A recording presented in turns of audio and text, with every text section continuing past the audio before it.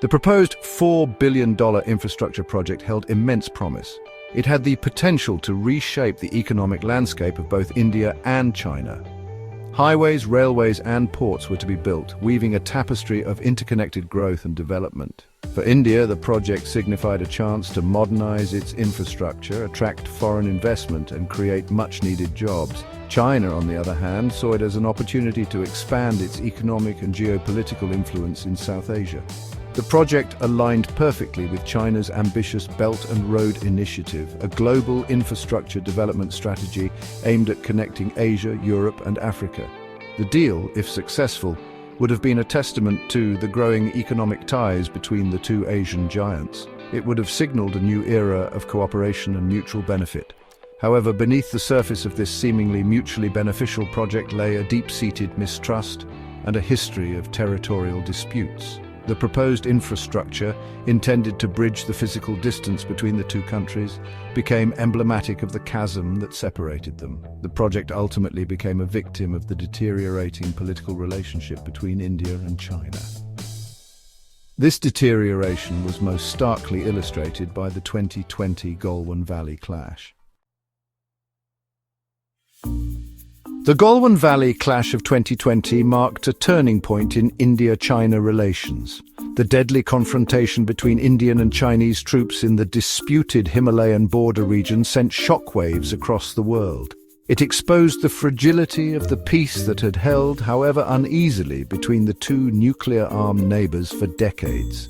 The clash, in which soldiers from both sides were killed and injured, led to a surge in nationalist sentiment in both countries.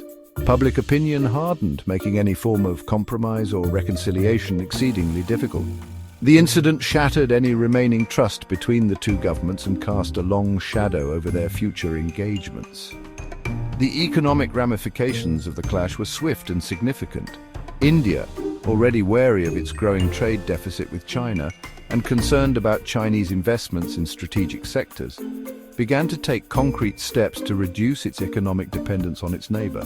The Galwan Valley clash provided the impetus for a series of defensive measures aimed at disentangling the Indian economy from its Chinese counterpart. In the aftermath of the Galwan Valley clash, India implemented a series of economic measures aimed at curbing Chinese influence within its borders.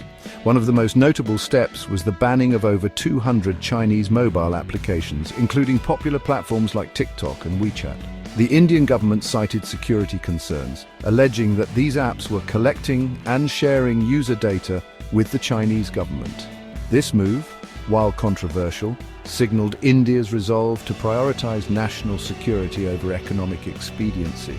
Further tightening its grip, India introduced stricter regulations on Chinese investments. New rules mandated government scrutiny and approval for investments from countries sharing a land border with India, a move widely seen as targeting China. These restrictions were particularly impactful in sensitive sectors like technology, infrastructure, and defense, where Chinese investments had been steadily growing. These measures were not merely reactive, but represented a broader shift in India's strategic thinking.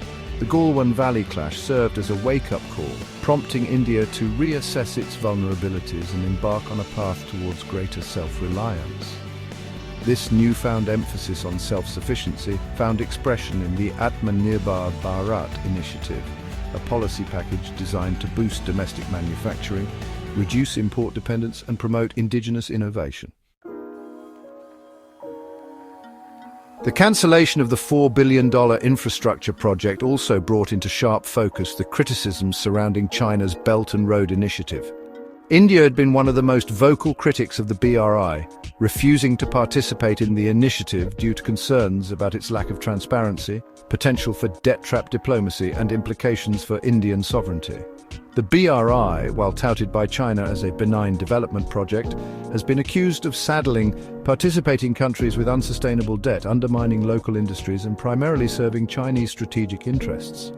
The cancellation of the project in India, a country crucial to the BRI's success in South Asia, highlighted the growing global skepticism towards China's ambitious infrastructure project.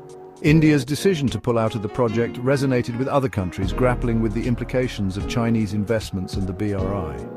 It signaled a growing awareness of the potential risks associated with becoming overly reliant on China for infrastructure development.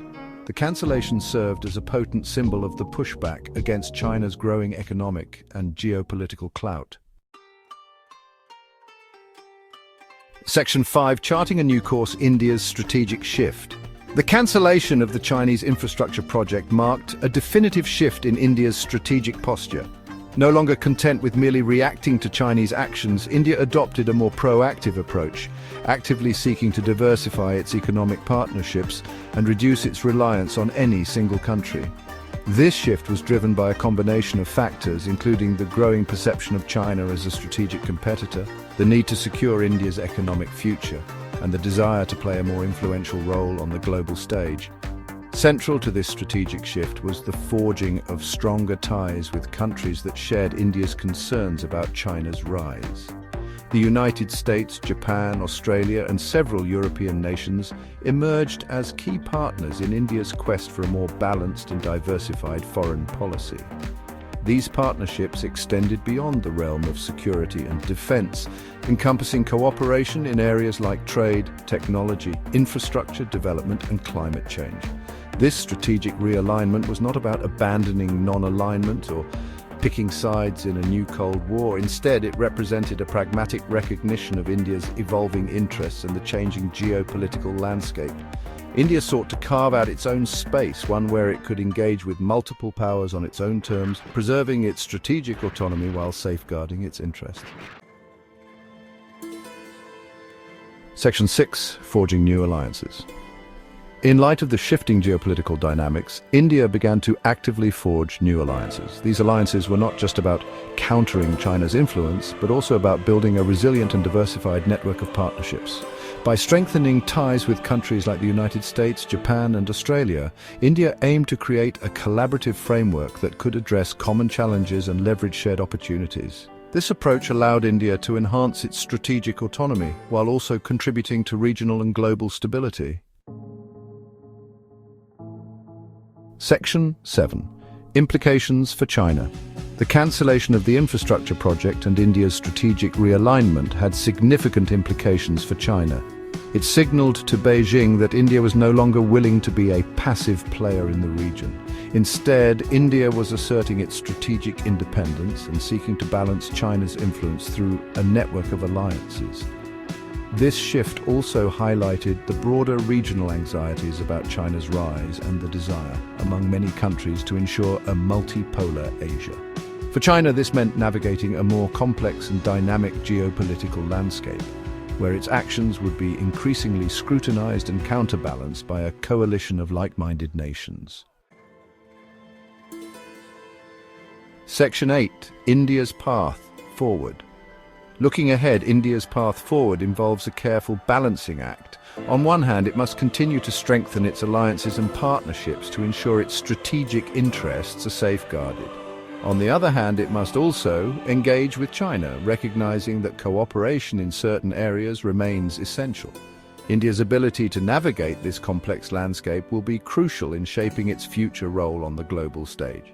By maintaining its strategic autonomy and fostering a diverse range of partnerships, India can ensure a resilient and prosperous future, not just for itself, but for the broader region as well.